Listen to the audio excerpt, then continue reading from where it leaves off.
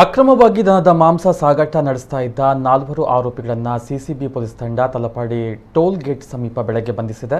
ಖಚಿತ ಮಾಹಿತಿಯ ಮೇರೆಗೆ ಟೋಲ್ ಗೇಟ್ ಸಮೀಪ ತಪಾಸಣೆಗೆ ಇಳಿದ ಸಿಸಿಬಿ ತಂಡ ಇಕೋ ಕಾರಲ್ಲಿ ಕೇರಳದಿಂದ ಉಳ್ಳಾಲ ಕೋಡಿಗೆ ಸಾಗಾಟ ಮಾಡ್ತಾ ಇದ್ದಂತಹ 1.60 ಕೆಜಿ ದನದ ಮಾಂಸವನ್ನು ವಶಪಡಿಸಿಕೊಂಡಿದ್ದು 4 ಆರೋಪಿಗಳನ್ನು ಬಂಧಿಸಿದ್ದಾರೆ.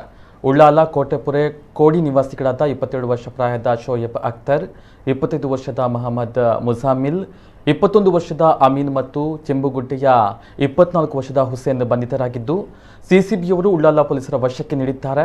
ಕಾಸರಗೋಡು ಜಿಲ್ಲೆಯ ಬಂದ್ಯೋಡಿನ ಮೊಹಮ್ಮದ್ ಎಂಬವರಿಂದ ದನವನ್ನು ಖರೀದಿಸಿ ಅವರ ಮನೆಯಲ್ಲೇ ಮಾಂಸ ಮಾಡಿ ಉಳ್ಳಾಲಕ್ಕೆ ತಂದು ಯುಸಿ ಇಬ್ರಾಹಿಂ ಕೋಡಿ ಎಂಬವರ ಕೋಡಿ ಮತ್ತು ಮುಕ್ಕಚ್ಚೇರಿಯಲ್ಲಿರುವಂತಹ ಬೀಫ್ ಸ್ಟಾಲ್ನಲ್ಲಿ ಮಾರಾಟ ಮಾಡ್ತಾ ಇದ್ರು.